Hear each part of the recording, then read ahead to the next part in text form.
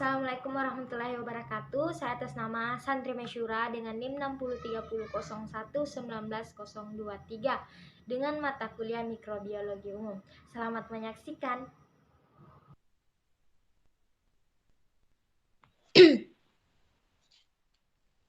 Assalamualaikum warahmatullahi wabarakatuh. Baik, di sini saya akan menjelaskan mata kuliah mengenai mikrobiologi. Di sini kita akan membahas mengenai pandemi COVID-19. Siapa sih yang tidak kenal yang namanya COVID-19? Atau kata lainnya disebut juga dengan corona. Virus corona ini merupakan makhluk Allah, makhluk dari ciptaan Allah Subhanahu wa taala. Kemudian corona ini atau pandemi COVID-19 ini sudah tertulis di Lauh Mahfuznya Allah Subhanahu wa taala. Berbicara mengenai virus corona, kita dapat membedakannya antara SARS-CoV-2 dengan COVID-19. Kalau SARS-CoV-2 itu strain virusnya atau kata lain dia itu nama virusnya. Kemudian COVID-19 itu coronavirus yang disebut juga dengan nama penyakitnya, di mana ukuran rata-rata dari virus ini antara 1 nanometer sama dengan 1 meter dibagi 1 miliar atau sama juga dengan 1 nano atau 1 mili dibagi dengan 1 juta. Kalau berdasarkan meter itu 1 nano itu sama dengan 1 meter dibagi 1 miliar. Kemudian ukuran coronavirus dan laju mutasinya. Rata-rata ukuran virusnya itu berarti dia itu bisa lebih ataupun dia itu bisa kurang.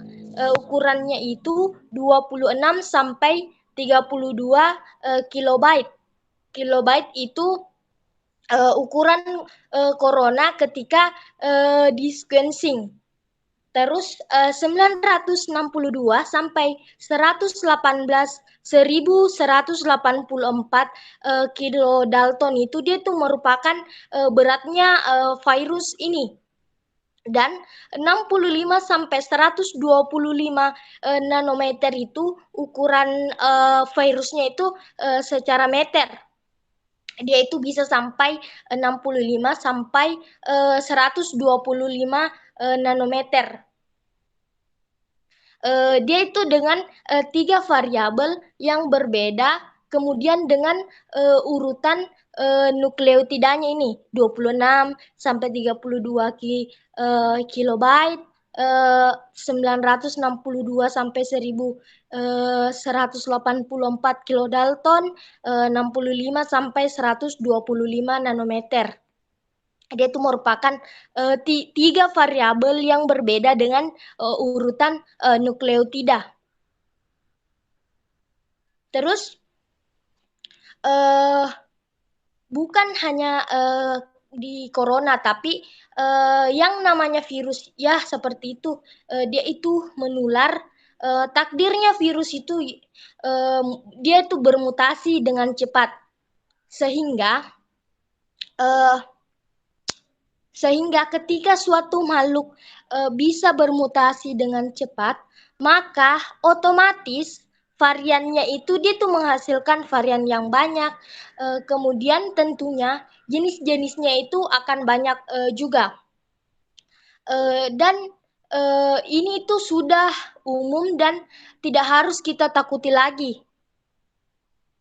Kita tidak harus takut bahwa virus itu memang variannya itu sudah banyak dan bukan hanya corona, tapi virus lain juga seperti itu, laju mutasinya cepat dan variannya itu banyak. Terus corona itu diketahui bahwa terlalu kecil untuk dilihat dengan mata. Maksudnya dia itu tidak dapat dilihat dengan kasat mata karena ukurannya yang sangat kecil. Bahkan dia itu tidak ada gas yang dapat dibawa ataupun dia itu tidak memiliki bau sama sekali. Tidak ada zat yang dapat diindra dengan lidah, dia itu tidak dapat dirasa karena corona itu bentuknya itu sangat kecil sekali, kecil. Ukurannya itu 26 sampai 32 kilobyte. Bayangkan teman-teman, ukurannya itu sangat-sangat kecil, dia tidak bisa dilihat dengan mata telanjang, dia itu tidak berbau, bahkan virus ini, corona ini tidak dapat dirasa, tidak dapat dirasa dengan indera pengecap atau di lidah.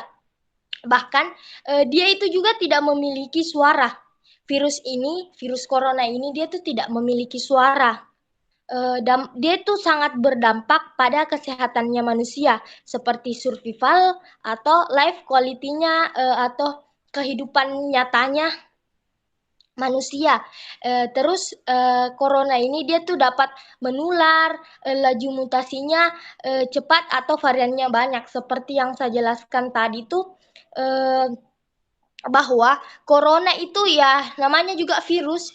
Seperti itu, dia itu menular dengan cepat, namanya juga makhluk yang sangat kecil, dia itu bermutasi dengan cepat, terus kalau bermutasi dengan cepat, otomatis variannya juga itu dia banyak.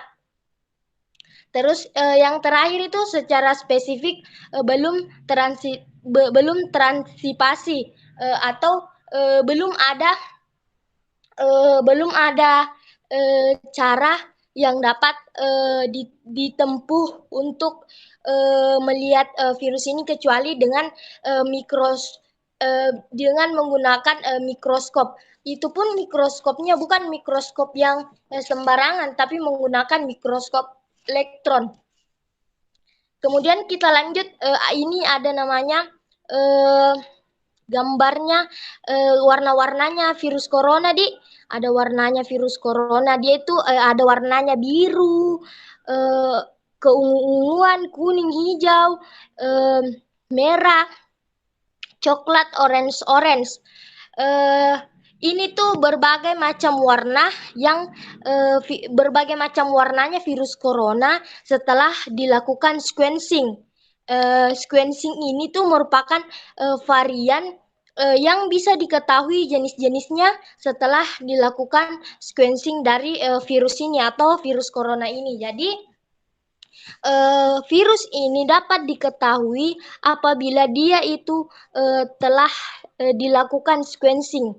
Terus sequencing, berbicara mengenai sequencing, sequencing itu semacam untuk mengetahui penyebarannya si virus ini, virus corona ini, mengetahui urutan basah nukleotidanya. Nah, makanya setelah dilakukan sequencing muncullah warna-warna virusnya ini.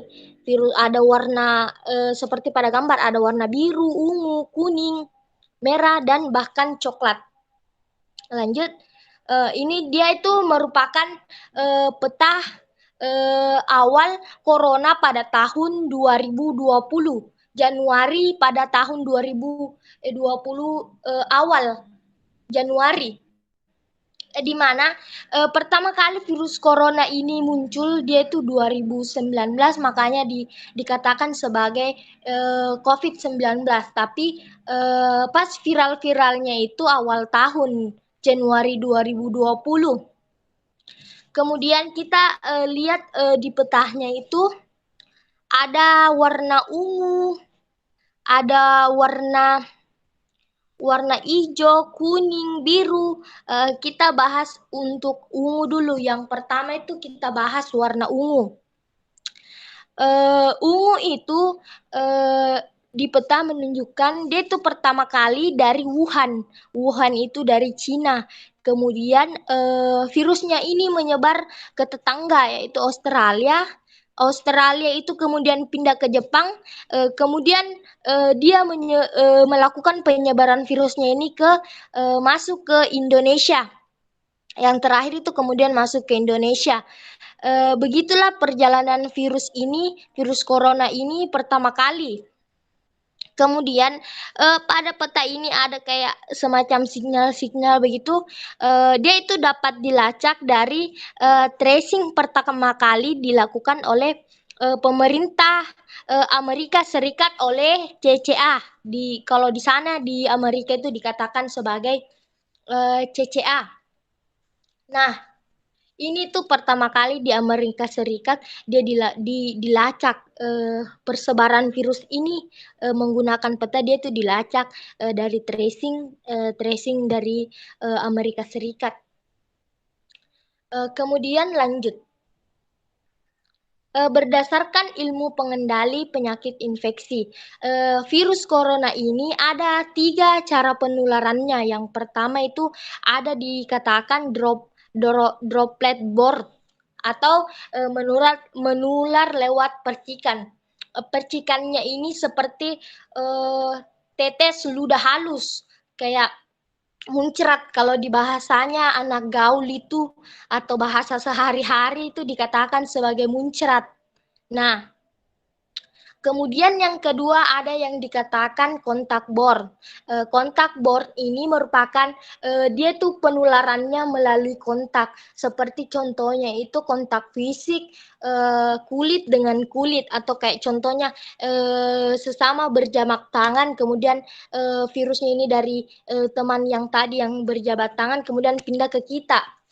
Itulah dikatakan sebagai kontak borne atau kontak fisik kulit dengan kulit. Kemudian yang terakhir ada yang dikatakan dengan airborne. Airborne itu penularan lewat udara. Kita lihat penjelasannya pada slide selanjutnya. Kemudian dalam kondisi reguler, COVID-19 ini menular melalui droplet dan kontak borne. Seperti yang saya jelaskan sebelumnya tadi, dia tuh penularannya lewat droplet atau tetes ludah halus atau percikan ludah, atau disebut juga dengan muncrat. Nah, air ludahnya inilah yang ketika mengenai kulit atau badan apapun, maka dia itu penularannya sangat-sangat dengan cepat. Dia tuh penularannya dengan cepat. Kemudian ada yang dikatakan dengan kontak borne. Kontak borne itu yang tadi seperti saya katakan lagi sebelumnya, kontak fisik kulit dengan kulit, seperti contohnya berjabat tangan, nah bersentuhan dengan seseorang. Kita kan tidak tahu apakah orang itu badannya steril atau bersih dari kuman-kuman, makanya ada yang namanya hand sanitizer agar selalu membersihkan tangan kita.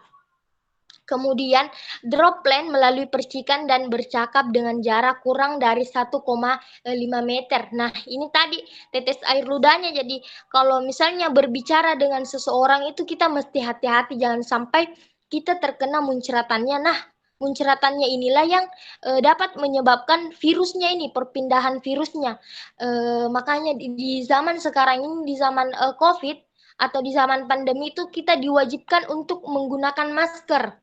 Nah, ketika bersin itu kita harus menggunakan masker. Berbicara di tempat umum kita harus menggunakan masker, karena apa, dia itu memiliki fungsi, yaitu agar air ludah kita itu, percikan ludah atau muncratan kita itu tidak keluar, tidak kena ke orang lain.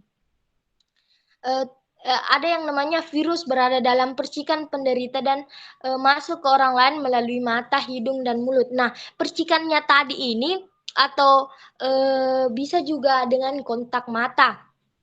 Nah, percikannya tadi ini biasa kalau misalnya kita lagi berbicara kemudian muncrat. Nah, air ludahnya ini apa kita kan tidak tahu apakah kita terjangkit virus, kita steril kah atau bagaimana.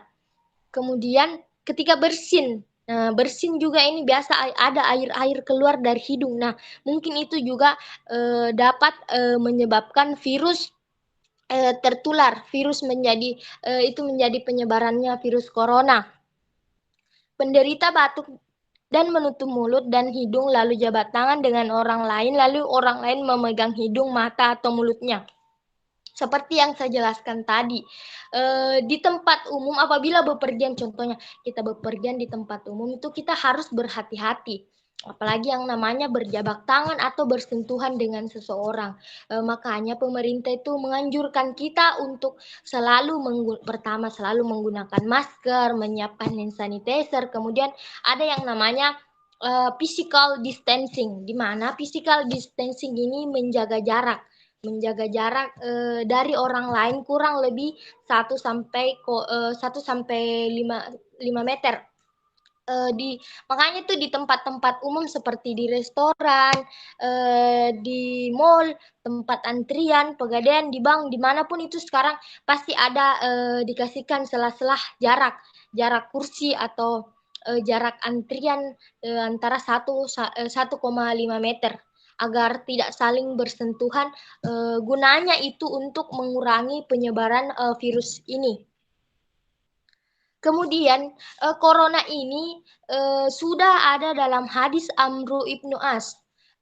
Dia itu menjelaskan di hadisnya dia menjelaskan bahwa wabah itu seperti api dan kalianlah bahan bakarnya, saling menjauhlah kalian agar api itu tidak memiliki bahan bakar yang dapat menyulutkannya dan akhirnya ia akan padam dengan sendirinya.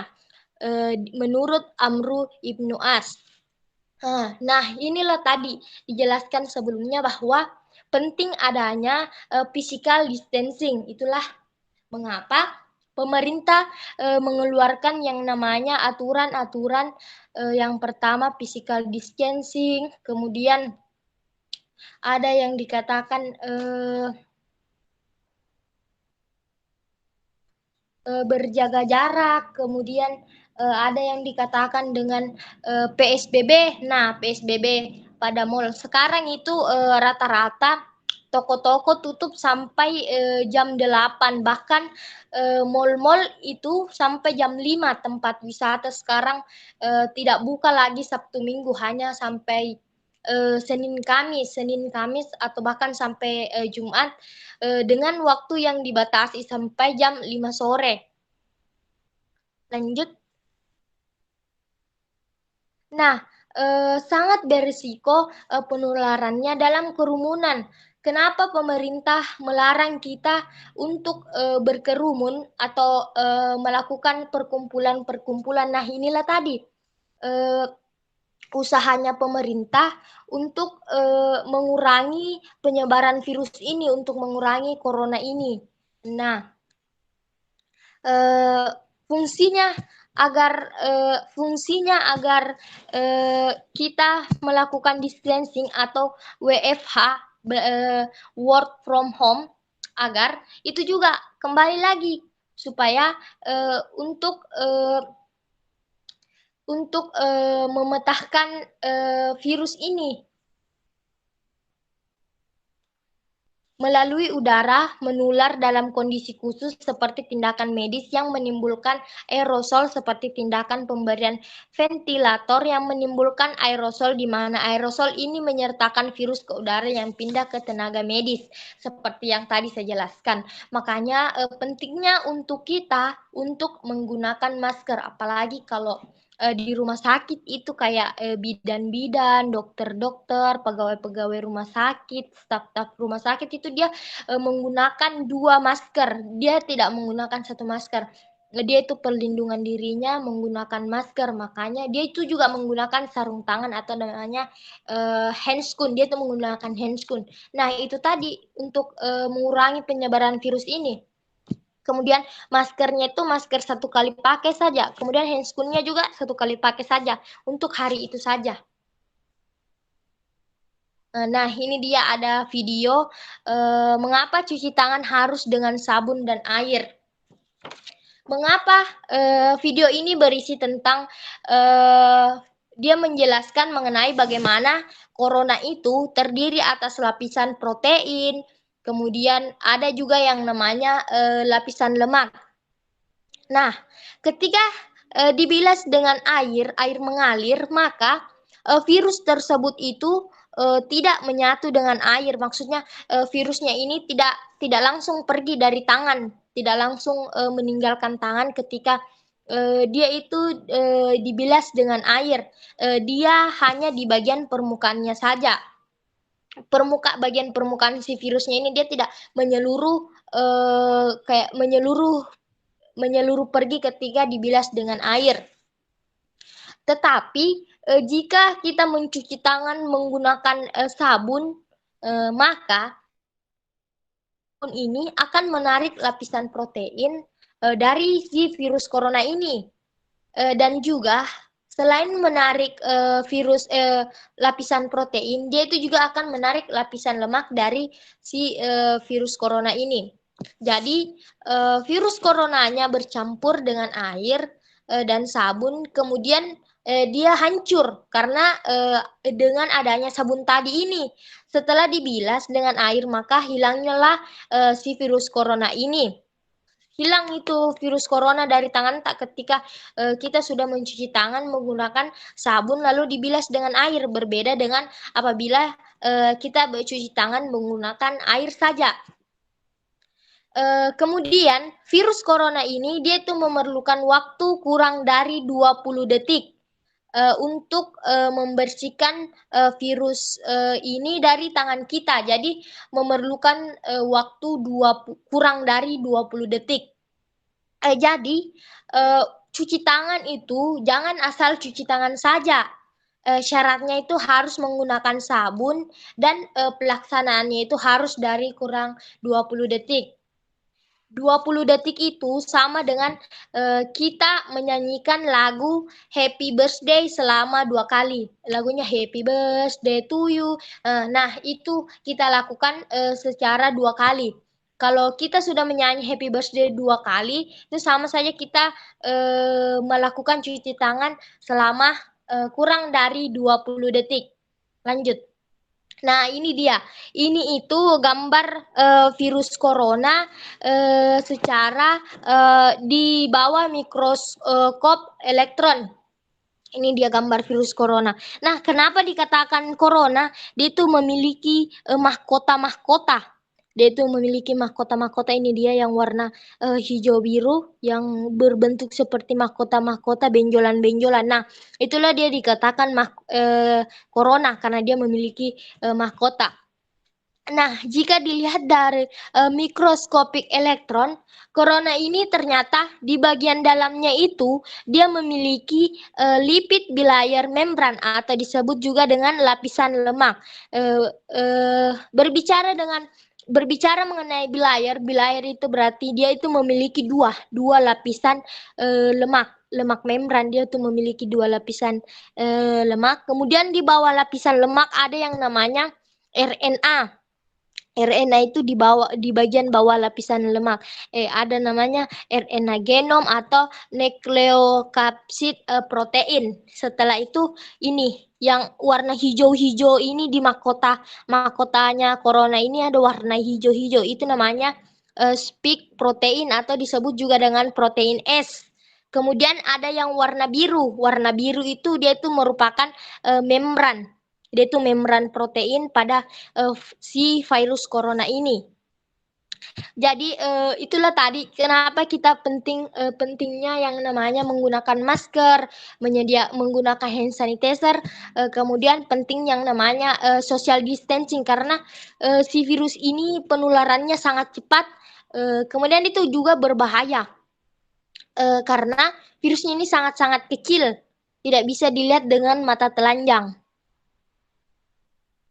Nah, mengapa SARS-CoV itu sangat virulen? Virulen itu merupakan kemampuan suatu organisme yang menyebabkan kita menjadi sakit. Sebenarnya sama dengan virus corona ini sama dengan virus yang lain. Cuman yang lagi booming sekarang ini virus corona. Jadi yang di kalangan masyarakat sekarang lagi tren itu virus corona. Jadi virus corona saja yang dikenal. Virus-virus lain tidak dikenal kayak virus flu burung dan lain-lain itu tidak dikenal karena tertutupi oleh viralnya si corona ini. Kemudian kita ambil contoh kasusnya Prof. Idrus. Dia itu merupakan dokter mantan rektor Unhas yang dia tuh terkena positif COVID-19. Dia tuh terkena positif COVID-19 yang kemudian dia itu sembuh.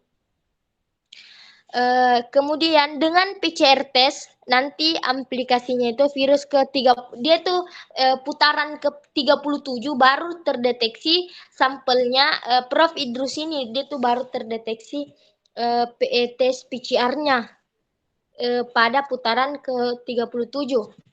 Berbicara mengenai SARS-CoV itu yang sangat virulen, itu pemerintah Amerika mengatakan bahwa COVID ini sama dengan virus yang lain. Kemudian penanganannya itu harus betul-betul dengan ketat. Seperti yang saya bilang lagi tadi itu kayak social distancing atau physical distancing itu sangat-sangat penting di kalangan masyarakat seperti sekarang ini. Nah, caranya menghitung mikroorganisme atau si bakteri ini, si virus ini dengan menggunakan PCR. Dia tuh memiliki rumus X kali 2 pangkat N sama dengan 1. Dengan keterangan di mana X ini sama dengan jumlah awal mikroorganisme dan N ini dia tuh jumlah amplifikasi atau siklus perbanyakannya. Secara sistematis X kali 2 pangkat N ini sama dengan 1. Kalau di bakteri itu 2N itu dia tuh berbeda lagi dengan virus. Kalau si virus itu dia menggunakan X kali 2N sama dengan 1. Tapi kalau di bakteri kemarin itu dia itu N itu keterangannya jumlah generation time atau jumlah pembelahannya, sedangkan di virus ini N itu keterangannya jumlah amplifikasi atau siklus perbanyakannya. Nah, seperti ini jika rumusnya tadi ini dimasukkan menjadi kita masukkan menjadi yang tadi contoh seperti Prof Idrus ini. Kemudian kita itu mengetahui berapa sih jumlah awalnya virus ini sehingga si Prof Idrus bisa ketularan. Nah, kita menggunakan rumus X kali 2, 37 ini putarannya tadi putaran pasnya di tes PCR si Prof Idrus. X kali 2 pangkat 37 sama dengan 1. Nah, 37 itu merupakan siklusnya dengan keterangan N. Nah, yang tadi itu N itu, nah kita lihat N tadi itu jumlah amplifikasi atau siklus perbanyakannya. Kita itu mau mengetahui berapa sih X-nya, berapa nilai X-nya. Nah, kita gunakanlah rumus ini. Rumus X kali 2 pangkat 37 sama dengan 1. Kita tadi mau mengetahui X-nya, jadi X sama dengan 1 per 2 pangkat 37 dihasilkan X sama dengan 1 per 137 triliun dengan 00 banyak sekali. 137 triliun. Jadi didapatkanlah hasil bahwa X sama dengan 7 kali 10 pangkat negatif 12 atau dituliskan dengan 0,000007 dengan jumlah varian yang ada dalam air liurnya Prof Idrus tadi ini, dan inilah yang bisa membuat si Prof menjadi positif COVID-19 atau beginilah jumlah virusnya, mengapa Prof Idrus ini dapat terkena atau terjangkit yang namanya COVID-19. Jadi intinya kita tidak boleh takut akan adanya virus corona ini, tetapi kita harus tetap menjaga kesehatan. Harus menjaga kesehatan di situasi seperti ini, di situasi pandemi seperti ini. Kemudian manusia terpapar virus, kemudian masuk ke tubuh yang akan dihalangi oleh imunitas humoral, kemudian proses terbentuknya antibodi. Nah, apabila manusia terpapar si virus ini, maka virus ini akan dihalangi oleh imunitas humoral pada tubuh. Maka disinilah terbentuknya proses antibodi pada tubuh. 0 sampai 7 hari masa inkubasinya SARS-CoV tuh. Kenapa 0 sampai 7 hari? Karena tubuh itu belum memiliki pasukan pembunuh atau tubuh kita itu belum memiliki antibodi.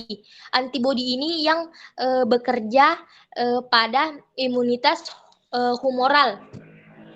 Imunitas humoral ini akan bekerja dengan baik apabila kita itu makannya dengan teratur, baik itu kualitas makan, baik itu kualitas maupun kuantitasnya.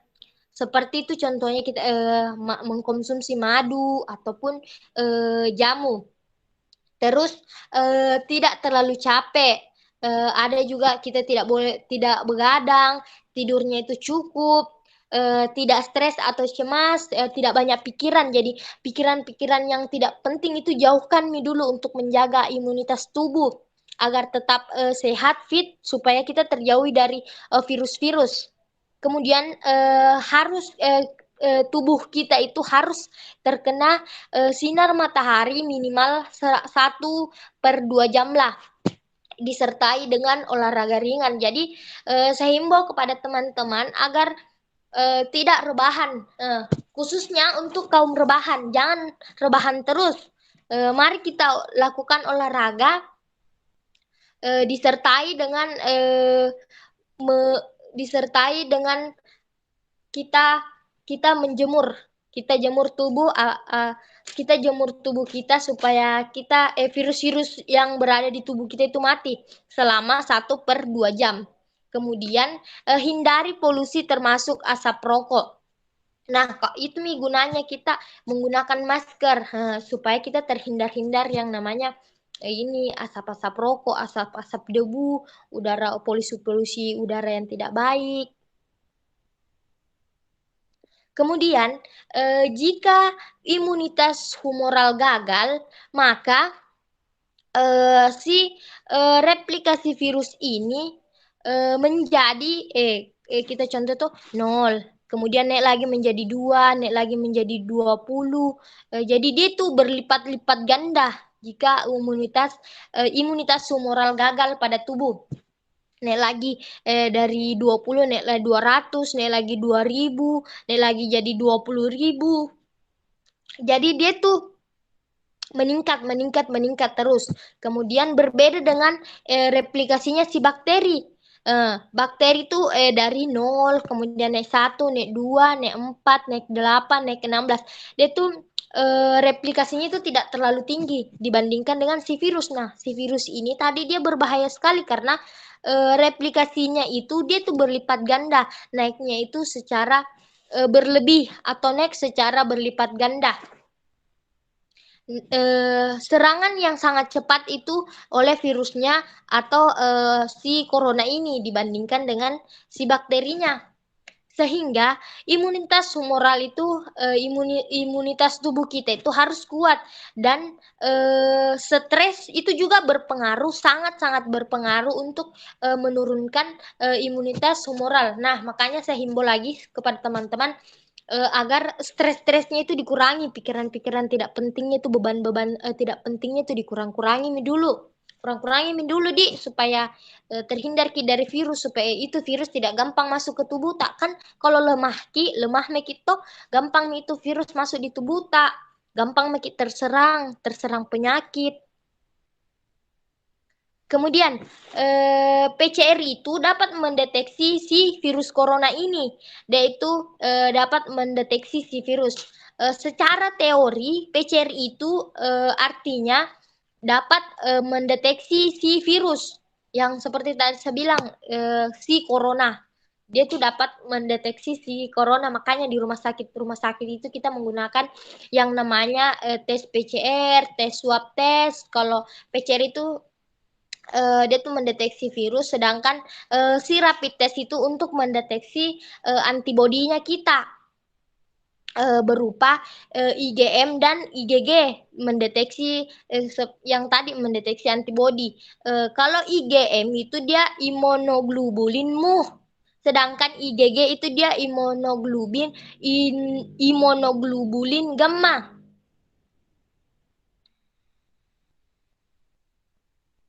Nah, beda beda tipe dengan vaksin. Kalau RNA virus itu penyebabnya COVID-19. Virus penyebab COVID-19 telah diinaktifikasi oleh Sinovac. Sinovac ini jenis vaksin. Jenis vaksinnya. Virus lain itu seperti adenovirus yang membawa spike protein virus. Dia dapat menyebabkan COVID-19 atau corona. Nih, beda penyimpanannya. Dapat dilihat ya. Cukup sekian materi dari saya mengenai COVID-19. Kurang dan lebihnya mohon dimaafkan. Wabillahi taufiq wal hidayah. Wassalamualaikum warahmatullahi wabarakatuh. Dan saya himbau kepada teman-teman, jangan lupa yang namanya social distancing dan menggunakan masker. Happy watching. Jangan lupa di like. Terima kasih.